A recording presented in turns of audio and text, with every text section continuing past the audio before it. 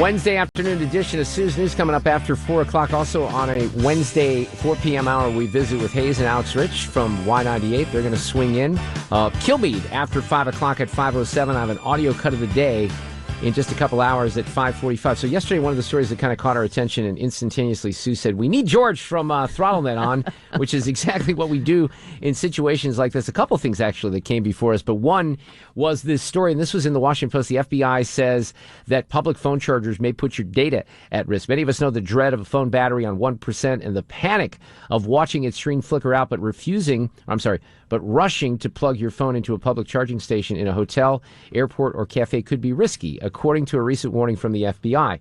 So let's find out here a little bit more. George Rosenthal, one of the owners of ThrottleNet in St. Louis. How are you, George? Good. Thanks so much for having me on. All right. So how serious of a concern is this?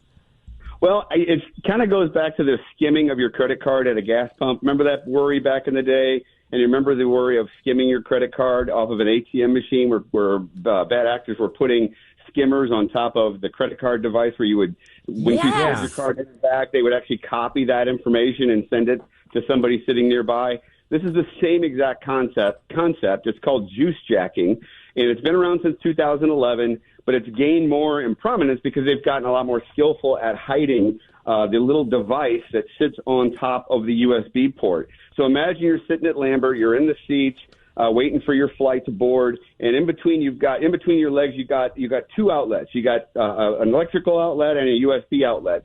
What they're doing is they're putting a little device on that USB outlet so that when you plug in your phone, it immediately uploads because it's all you need is a real small device to upload a piece of software, and it's malware that gets put onto your phone to then either lock your phone and send information or copy information to somebody sitting nearby, and that's going to pass. Yeah, it'll copy your passwords or any type of data that you have on your phone pretty quickly, almost instantaneously. So it's become more prevalent, but it has been around since 2011, but it's gotten a lot more sophisticated. Holy cow. So if you just plug it in with your own USB, then it doesn't matter. Like, you're in the outlet. But if you're just using the USB and you're using that public charging station, that's where it becomes potentially an issue. Yeah, so what you want to do is you want to plug into an AC electrical outlet with your own little adapter that then goes to your USB cable. The other thing that they're doing is they're leaving a USB cable already plugged in, and then they're walking away. And the next person comes in, sits down, and says, oh, there's a cable plugged in here. Let me plug my phone in and use that free cable. And that cable happens to be plugged into a little USB device that is then copying that information and loading malware. So use your own device and carry your own little battery pack with you. I always carry a little battery pack in my backpack or suitcase so that you can charge your own phone if it starts to go dead.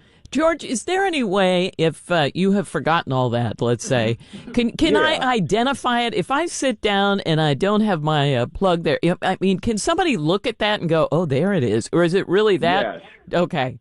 Yeah, no, you'll know right away if you pay attention. Most people don't, though. They're in conversation with family members, friends, or whomever they're boarding a plane with.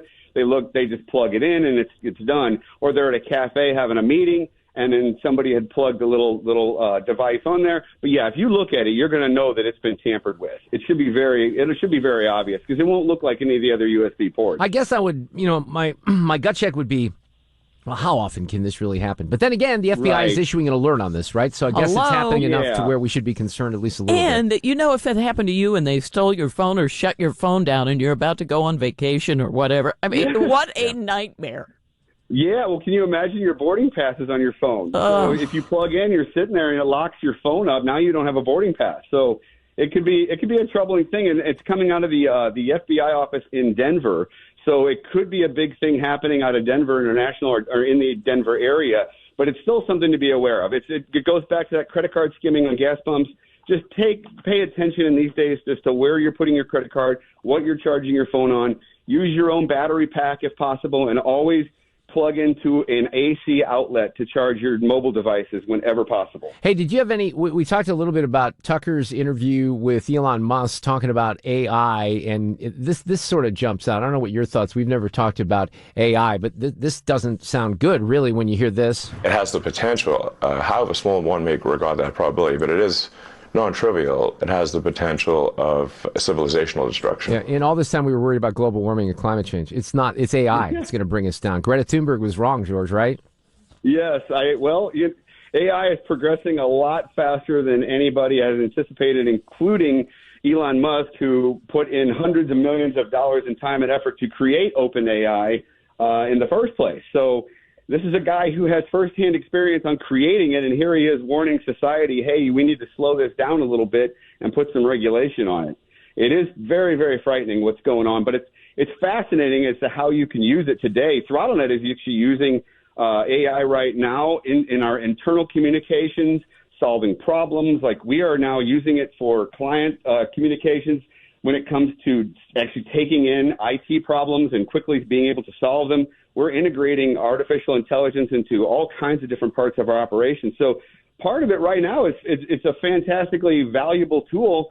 It's just we're going to have to see how this all progresses in a societal overarching way, because it really is extremely powerful, and it's so brand new. But it's progressing so quickly. Absolutely, it is, and to me it's a little scary. But again, we've had guests on like yourself. What you just said there, George, is there's a lot of things that are positive about this. If we can make sure that the nefarious, right, things are not going to happen. But how can you do that? Absolutely. That's the problem. The genie's out of the bottle on a lot of this stuff, which I don't know how we put it back in. George Rosenthal from ThrottleNet. Always great to have you on, George. I appreciate it. Have a great rest of your week. Thank you so much. You as well. We'll get you up to the